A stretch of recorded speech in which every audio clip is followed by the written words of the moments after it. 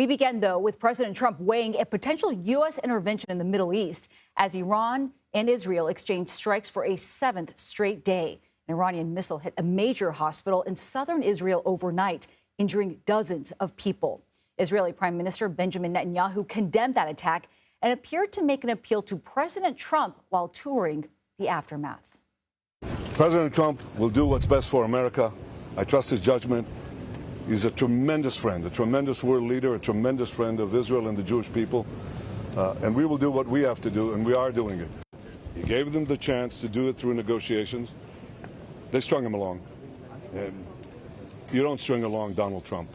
He knows the game. And I think that we're both committed to making sure that Iran will not have a nuclear weapon, and they won't. Meanwhile, Israel continues to target Iranian nuclear facilities and critical infrastructure with strikes across the country. The IDF released this video, which appears to show one of those targeted attacks. Now, this all comes on the heels of CBS News learning that President Trump has approved attack plans for Iran. However, we are told he has not yet decided if the U.S. will formally join in Israel's efforts as he waits to learn if Tehran will back down on its nuclear program. White House Press Secretary Karoline Leavitt spoke about the president's thought process earlier today. I know there has been a lot of speculation amongst all of you in the media regarding the president's decision-making and whether or not the United States will be directly involved. In light of that news, I have a message directly from the president, and I quote, "Based on the fact that there's a substantial chance of negotiations that may or may not take place with Iran in the near future, I will make my decision whether or not to go within the next 2 weeks." That's a quote directly from the president for all of you today. And for more on this, CBS News White House reporter Willie James Inman joins us now. He has more on the Trump administration's response to this situation that continues to escalate. Willie James, very good to see you. President Trump participated in another Situation Room meeting today. What more do we know about where things stand now? Hey there, Nancy. Good to see you as well. Where we're learning that President Trump increasingly believes that destroying that top secret facility, I should say, that's underground, Fordow, is increasingly necessary. I'll quote one source. He believes there's not much choice. That source said, finishing the job means destroying Fordow. The United States would use those bunker-busting bombs, essentially, to destroy that uranium enrichment facility in Iran. Israel does not have the capability to do so. And that's perhaps why you're seeing that direct appeal from Prime Minister Benjamin Netanyahu to the Americans, to President Trump, here as the situation continues to escalate. Now, the White House, as Karoline Leavitt laid out there, is buying a little bit of time, 2 weeks. That's the timeline that we now have in terms of President Trump, in terms of whether or not he'll make a decision to get involved. He has approved those plans. He has seen those plans, but he hasn't made a final decision just yet. And this 2-week timeline essentially buys time for the negotiation process to play out, for Iran to come to the table. We know that U.S. officials, including Secretary of State Marco Rubio, is meeting in these next few minutes with the UK Foreign Secretary, who is getting on a plane here from D.C. and heading to Switzerland with other European officials to meet with the Iranian foreign minister, perhaps to relay this message that the president laid out today via his press secretary.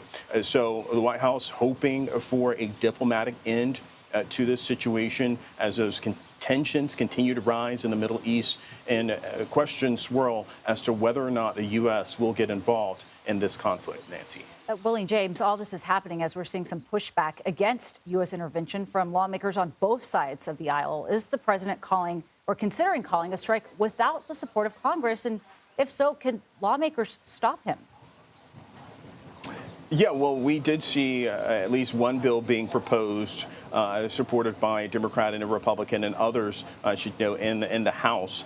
We saw Ro Khanna, a Democrat from California, and Tom Massey, a Republican from Kentucky, propose this bipartisan legislation that would do just that. That would try to stop, essentially stop the president from carrying out military action against Iran. We, of course, know that Congress really does have the power to declare war, to officially declare a war against a nation.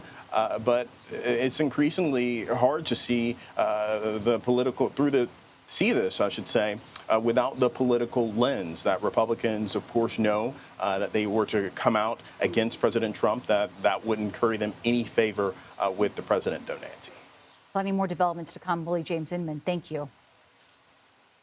And for more on this, we want to bring in CBS News Middle East reporter Courtney Kealy. Courtney, thank you very much for joining us. I want to start by asking you about, first, let's start with that attack on an Israeli hospital that happened overnight. Israel's defense minister says that Iran's supreme leader will be held accountable for war crimes.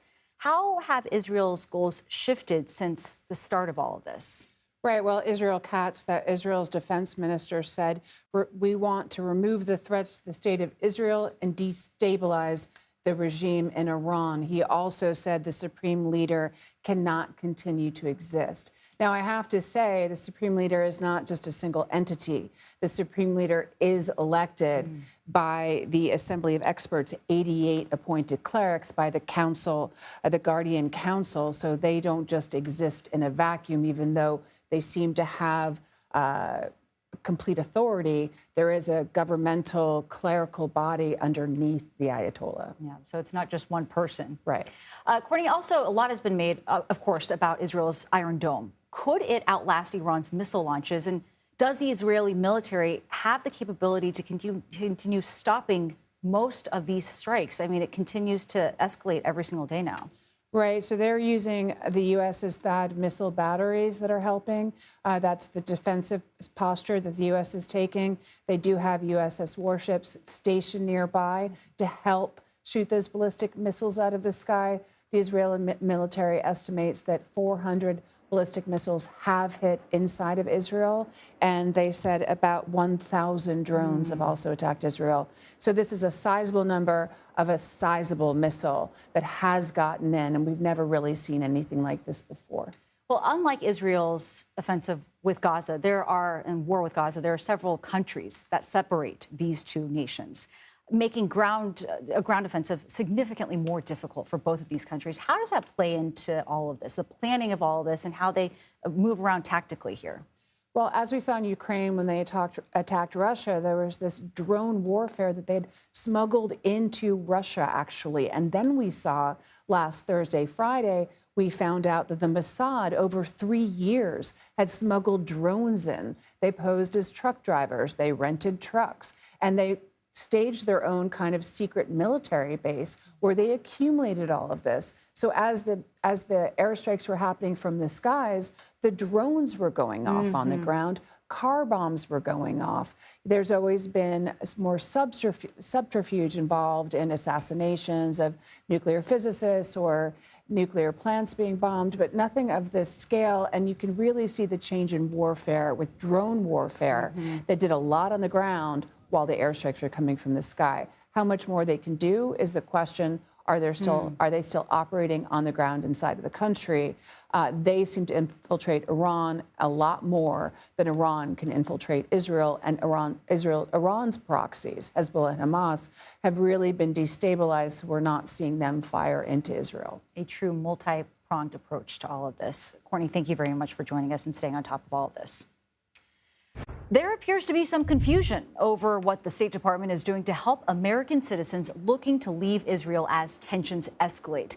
That is because the U.S. ambassador to Israel, Mike Huckabee, posted a message on X saying the U.S. Embassy is working on evacuation flights and cruise ships. But the State Department says there is no announcement about assisting private U.S. citizens at this time. CBS News intelligence and national security reporter Olivia Gazis joins us now from the State Department. Olivia, thanks for being with us. At this point, where do things stand given all of this confusion? What is the State Department's plan to get U.S. citizens out of the region? Well, Nancy, all we know at this stage, and we've been asking now for several days what the plans are, we just know that the State Department is working on them. Because you're right, the most that we know, the most detail we've gotten has come from the personal social media account of the U.S. ambassador to Israel, Mike Huckabee, who has cited that the State Department is preparing charter flights, military flights, and cruise ship departures for American citizens wanting to leave Israel.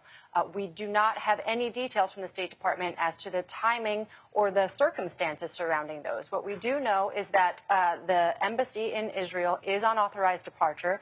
Non-essential diplomatic staff have been departing along with their family members.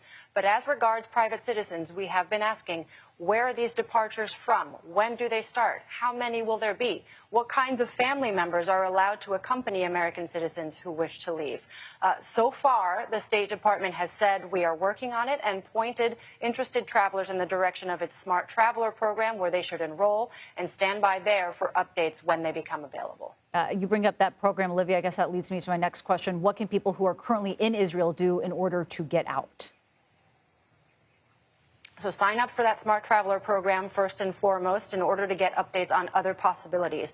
Absent those other possibilities materializing, the State Department has been pointing travelers to land crossings. Via Jordan, there are 3, and via Egypt, there is 1. They are telling travelers that you need to be prepared with visa requirements in each location and that you need to be prepared for long delays and long lines at each location. In the past, Israeli travelers have been reluctant to use those land crossings out of concerns for personal security, but the State Department at this stage is saying that they are the best bet for those who want to depart immediately. All right, Olivia Gazis, thank you very much.